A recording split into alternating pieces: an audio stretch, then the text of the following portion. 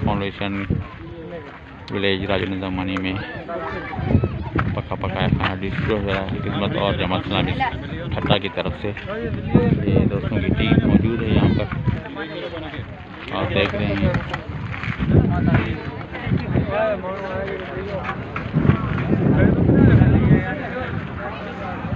यहाँ पे मल्ला भाई,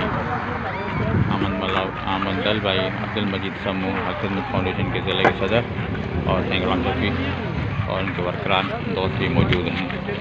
अल-खिदमत ठट्टा और जमात इस्लामी ठट्टा की तरफ से सैलाब मुतासिरीन के हवाले से तैयार शुदा खाना तकसीम हो रहा है।